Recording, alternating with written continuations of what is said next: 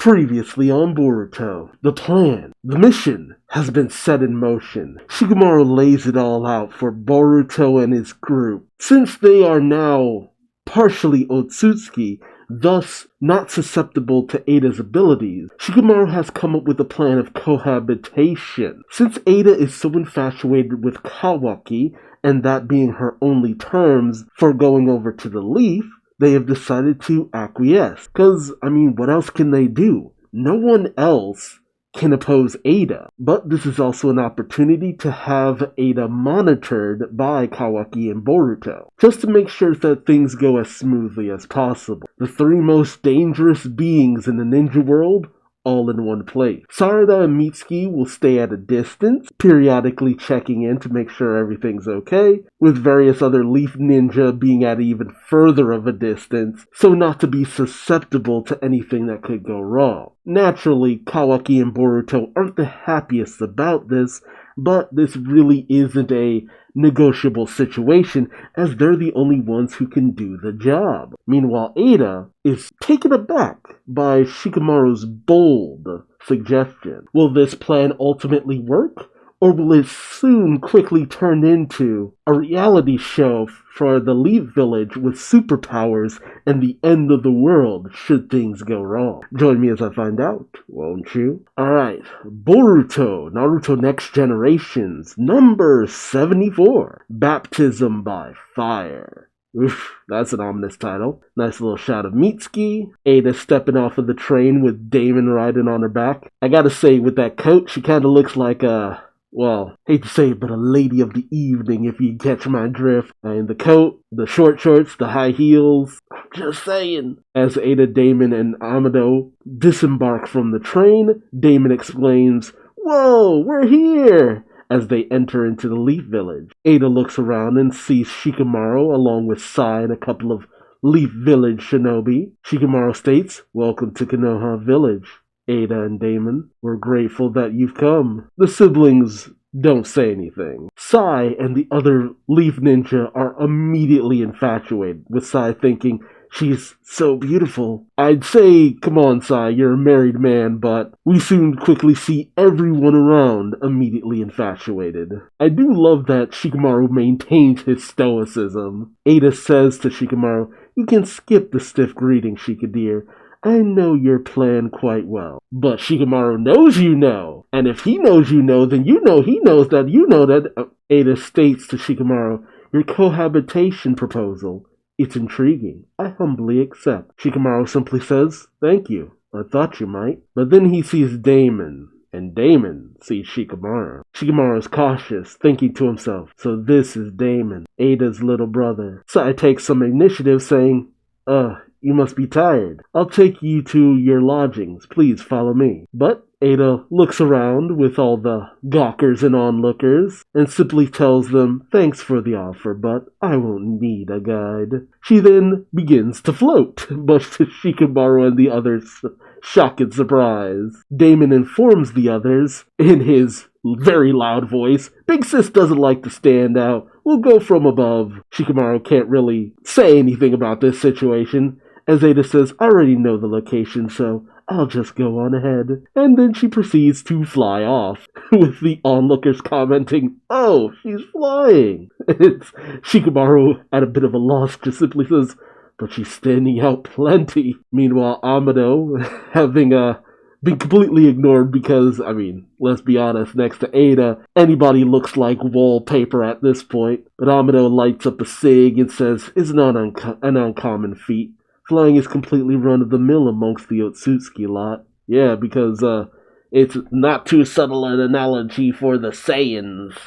And you ever just think about the fact that essentially everything revolving around Boruto is just Tree of Might, from Dragon Ball? It's literally just Tree of Might. But instead of Turles, it's and his group is just a whole group of Saiyans trying to do it. That's literally all it is. I find that hilarious. It's more elaborate, but I'm just saying. And flight used to be this big thing, but now it's just like, oh yeah, Suzuki just do that shit. Amado essentially says that, like, even Boruto and Kawaki might start zipping about before long. Shikamaru is, of course, standoffish with Amado, saying, I didn't think I'd ever be seeing your mug again, Amado. There's no escaping it anymore. This time, you're going to spill everything you know. I don't blame Shikamaru for being a bit apprehensive. Amado's always holding at least a few cards behind his back. You know, this is a decent-looking place. A freaking house in the countryside. They see Boruto looking around the house, alongside Konohamaru, Konohamaru just really becomes a non-entity in this series. It's unfortunate. You'd think he'd be more involved in most situations, while Kawaki is just lounging about with his I don't care bad boy attitude on display. Boruto gazes about the place and says, still, it's crazy how they were able to get such an amazing place, especially considering the mission was just decided. But Konohamaru explains, actually this property was already spoken for. This is just between us, but we had to twist their arm into yielding it to us. Yeah, this place is a upscale looking place. Like one of those places that, how to explain it? If you've ever seen like Ferris Bueller's Day Off, that one house that his friend has, well, his friend's dad has, with all the cars and stuff that's like out in the countryside, in a remote location, yeah, it's one of those kind of places. Boruto says, well, it's for a top-ranked mission that the village's fate depends upon. They ought to be understanding, right? Kawaki, being a buzzkill, says, hey, Boruto, why are you so cheery? Quit being so cocky. Jeez, come on, man. And Boruto just says, huh? Why can't I be cheery? Who wouldn't get excited to see such an incredible pad? Quit picking fights with me. Kawaki continues to try to start something, saying, we're not here to play, you brat. You understand this is a mission, right? And Boruto snaps back, don't you get it? Our mission is to live here. If you stay so uptight, it'll be suffocating. Naturally, being the only adult in the room, Konohamaru says, stop it, both of you. It's crucial that we get along with Ida, remember? If you two are like this, it doesn't bode well. Well, best advice he's given up until now. While Boruto just brushes it off and takes off his bag, Kawaki remembers the previous issue where he saw Momoshiki standing alongside Boruto, but only he could see him. It's obvious that Kawaki's just like, what was that about? He's probably a little on edge about that. It's just like, Boruto, do you not know what's happening to you? Like, am I the only one noticing this? I don't like this. Okay, I guess there's a house adjacent to the place, because we see Sarada and Mitsuki observing the house that Kawaki, Boruto, and Ada have. Sarada just scoping the place out, saying, our target will see through everything with her Senringan. I was so tempted to say Sharingan. Senringan! So hiding is pointless, but watching her in plain sight is just weird too. I'm struggling over how to handle this. Mitsuki simply says, maintain a constant scowl. Such a stance will be meaningful. Master Shikamaru just wants to apply a little pressure on Ada. So just be standoffish. Sarada responds, saying, easily said, but I hope doing that doesn't cause trouble. Honestly, I'm worried. Yeah, I would be too. It's a pretty important situation. And then we see characters who we have not seen in this manga for a long time. Anime is one thing, and even in the anime, I don't think they've been showing up that much. But in terms of the manga, jeez, they're like non-entities. Like outside of freaking Shikadai getting kidnapped, but the Inushikacho, the newest generation trio, show up. Honestly, I'm kind of forgetting Ino's kid's name. Was it Inojin? Shikadai and Chocho. Being honest, even in terms of the anime, I'd say Shikadai and Chocho have the most going on, with Chocho being the best friend of Sarada, and Shikadai being pretty much the best friend of Boruto. But Inojin, man, he fades into the background almost as much as Sai did. If not more so. Honestly, I think it's more so. That's enough rambling. They arrive at the same place as Sarada, with Shikadai saying, yo, overachievers, you better not be slacking. With Chocho giving a welcoming hey. Sarada's taken off guard, saying, "You guys, what are you doing here?" Shikadai explains, "We're here to check things out. No one can stop our curiosity." While Inojin's just excited, saying, "We heard a gorgeous woman's coming." While Chocho's overly excited, saying, "She's after Kawaki, right?" Which totally makes that foreigner my rival. Wait, since when was Chocho interested in Kawaki? Oh, right. Oh god, I completely forgot about that little moment they had. That was such a minute moment, though. Okay, I didn't even remember that plot point. I remember her blushing upon first seeing Kawaki, but that was about it, wasn't it? Chocho says, "So I came to check her out." Sarada's at a loss and says, "I see." Although Inojin's just, of course, trying to start a fight, saying, "Are you saying that for real?" And Chocho, obviously taking offense, says, "So what if I am, loser?" Well, Sarada is just like, "Hey, take it somewhere else." But Mitsuki, always the serious one, sees trouble on the horizon and says, "Sarada, she's here." And as Sarada turns her attention to the house, she sees Ada arriving on the balcony of the adjacent house. As Sarada exclaims, "She flew here?" And man, we are just showing off Ada. Like her arrival, her slowly just gracefully landing and all that. And then she peeks over in the kids' directions and immediately Chocho and Inojin are just smitten. Inojin grabs onto his chest saying, "My chest, it's..." And Shikadai and Sarada are just looking at him like, uh-oh. Chocho grabs her face, which is just totally flushed, and she says, "No way. She's unreal. Totally like an angel." Sarada, a little annoyed, says, "Hey, come on, guys. What did you come here for?" While Shikadai simply says, "Damn it, I couldn't see her face clearly." "That's probably for the best, Shikadai." Sarada says to Mitsuki, "We need to let Boruto and Kawaki know." But Mitsuki, he's gone full deer in the headlights as he says, "What is this emotion? I've never felt it before." Sarada's taken aback, saying, "Mitsuki, are you okay?" And the normally unflappable Mitsuki says, maybe not. Ugh. Mitsuki's compromised too, dang. Meanwhile, Ada just proceeds inside after observing the children. Much to Sarada's shock, they were unable to do anything. Meanwhile, Konohamaru inside gets ready to leave, saying, "Well, I'm head back to my post. Listen, the sensory unit is on continuous standby to support us, okay? We can communicate with each other at all times via mind transmission. So if anything happens, tell me right away." Meanwhile, Boruto and Kawaki are just chilling on the couches. Boruto just says, "Sure." Kawaki doesn't even respond.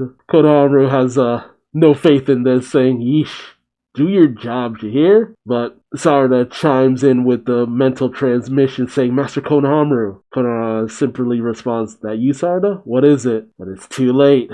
As she appears in the doorway that Konohamaru was heading up to, Sarada informs him, "Ada's here." And there she is. And this artist just loves legs. Like, he makes them legs prominent. Like, Boruto is taken aback. Well, he's surprised a little bit. Kawaki, still uncaring. But Konohamaru, he's just shook. Meanwhile, over with Sarada and the others, she's trying her best to get through to Konohamaru, saying, Master?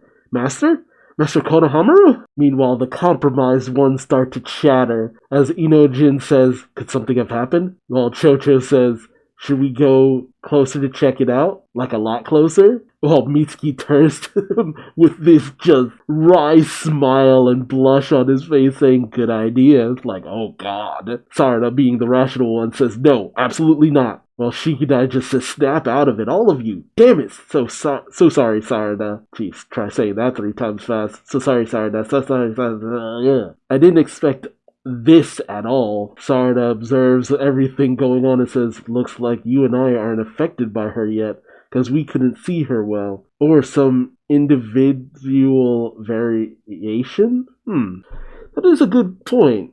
It is odd that both Sarada and Shikadai were not affected like everyone else. But it seems like those with a bit of a higher intellectual or mindset are just, I don't know, it's like a mental capacity almost, I want to say. But at the same time, it affected Mitsuki. And Mitsuki, he's pretty smart. I don't know, there's something about it. I wonder, is there potential for some just not to be affected by Ada? I do wonder. But Then in comes Moegi saying, alright, that's enough, as she pulls on the ears of Chocho, and Inojin saying, I told you all not to come here.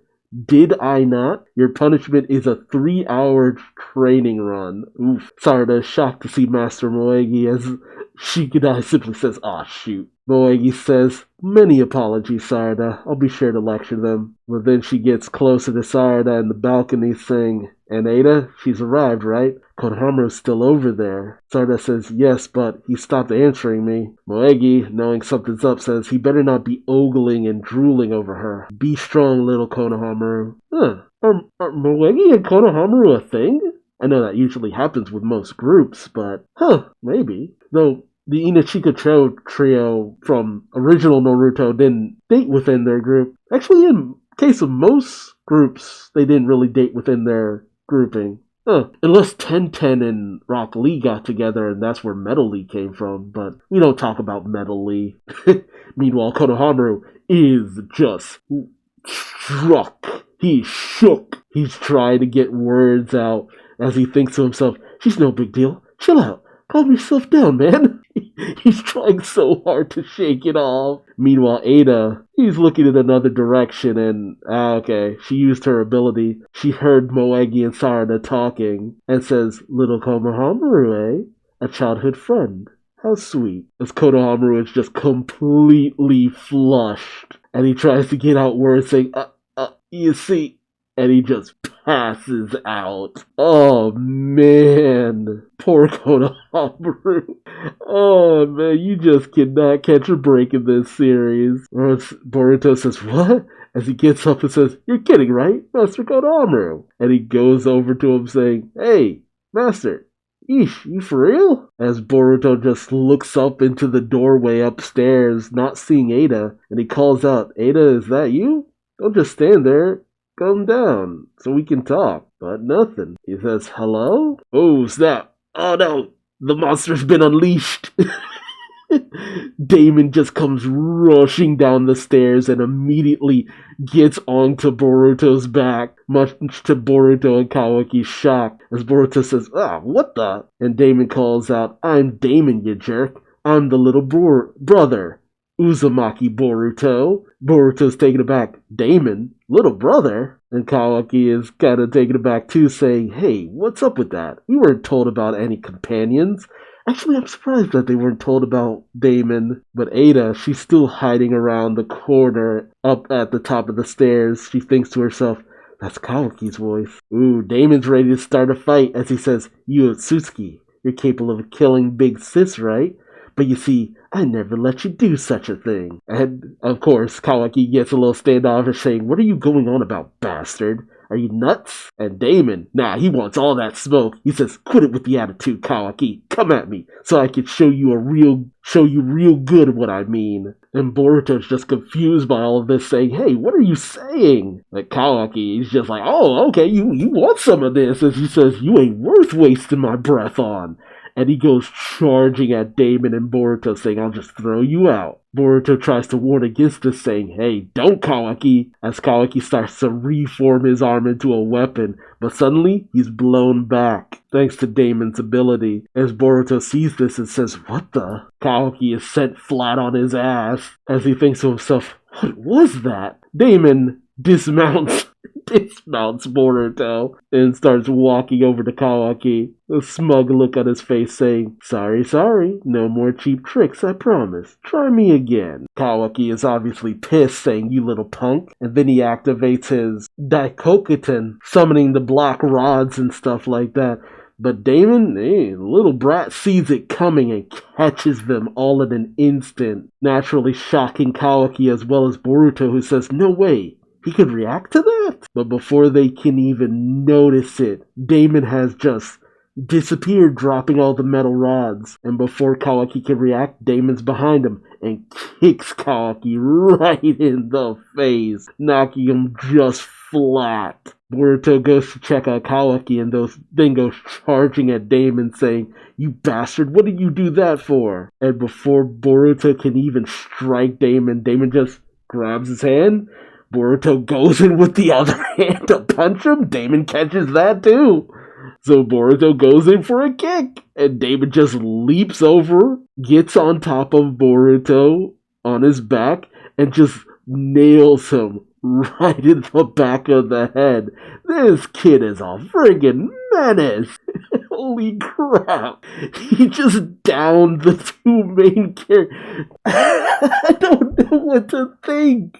Damon's a freaking menace. Why did you make them this powerful? They're so broken. Like, between Damon and Ada, it's just like, how do you stop them? And Damon and Ada just look down at Kawaki and Boruto, who are just out cold completely. The hierarchy of the household has been established. Boruto then wakes up lying on the couch and sees Ada and Damon sitting down with Kawaki and with his head in Ada's lap. Ada's just caressing his hair gently. Boruto is naturally speechless, as I would be upon seeing such a weird sight. But Ada says to him, "I apologize, Boruto. That was a very harsh greeting." Boruto says, "That was totally unnecessary. What was the point?" But Damon says, "I thought I'd show you from the very start that defying us wouldn't end well for you." Again, it's prison rules. You just take out the biggest guys and then you just have the run of the place. Boruto is naturally taken aback as Kawaki wakes up and just jolts up from Ada's lap. They make eye contact, and of course Ada blushes hard, while Damon sneers and says, "Hey Kawaki, Big Sis's lap is nice and soft, right?" Soft. As Kawaki just says, "Give me a break." Ada tries to speak to him saying, Kawaki, But then a mental communication from Shikamaru comes in to all of them saying, "Boruto, this is Shikamaru. Have you met Ada and Damon yet?" Boruto says, "Yeah, we underwent a real baptism by fire just now, courtesy of Ada's escort. Like, the one you didn't tell me about." Shikamaru says, "Sorry about that. My plan was to do proper introductions, but she just took off flying. Did something happen?" Well, Damon's just over there on the couch, just smiling it up. I kinda love this little shit. What a little shit. But Boruto shakes this off, saying, "It's alright, I think we can get along." Kawaki doesn't really say much of anything, and Ada just glances over. It's such an awkward situation. You have Shikamaru, Naruto, and Amado all in a room together. As Shikamaru tells them, "Amado's with us right now. Even I barely have any intel on the siblings, especially regarding Damon, plus various other things, but we're hoping to begin sharing all that." Naruto then says, "Alright, start talking, Amado. Don't leave anything out. No more secret." Amado says, "Fine, as long as you let me smoke." Boruto meanwhile says, "Yeesh, this is gonna be quite the mission." Oh, that's the end of the chapter? Oh, I will admit though, I am fascinated where this is all gonna end up going. Like, how terribly wrong this could go. And there's even the possibility that Boruto and Damon grow close, Ada and Kawaki grow close, or maybe even vice versa or something like that, and then the siblings end up dying. I know that's like a 0 to 100, but something could happen. They're taken out, lines are drawn, yada yada yada. I mean, there's a whole litany of things that could happen with them all living in the same place. Not to mention, you go back to that first chapter or episode if you're going off the anime, where we see Konoha destroyed, Boruto and Kawaki going at it. We don't know what accomplices they had. For all we know, Kawaki was backed by Damon and Ada, or maybe Damon and Ada were helping out Boruto in the conflict. There's no telling. But let's be honest, with the combined force of Kawaki, Ada, and Damon, maybe with a little bit more time and growth, I don't know, they could have become exponentially stronger and more capable and more dangerous on top of that. All I'm saying is that with enough support, yeah, they could hook the Leaf Village up. Alright, so far, what I do have to comment on is, I'm wondering, because it seems like Ada's abilities might not work on certain people as well. Because I would think, I don't know, was it really just because Shikadai and Sarada couldn't get a good look at Ada? Or maybe there's more to it than that. I do wonder. And Damon's abilities seem wildly inconsistent because it used to be that if someone attacked him directly, depending on the intent, and especially depending on the intent, if you went in to kill, you'd get killed yourself. And it would usually be in the way that you tried to strike him. But it's seeming like that's not the case anymore. And I thought it was originally just if you were going for the kill, though. I don't know. I'm not sure who's writing this right now. Is it Kishimoto? Or, I don't know, the Damon is just too strong. I really do hope that when this all gets animated, it kind of clears up the weird nature behind Damon's abilities. Maybe there's multiple tiers to what he can do. Because him being so strong, that wasn't really established. You know, it was one thing where it was just like, okay, you go after him and you get, fucked up yourself. But, I don't know, the nature of it now seems different.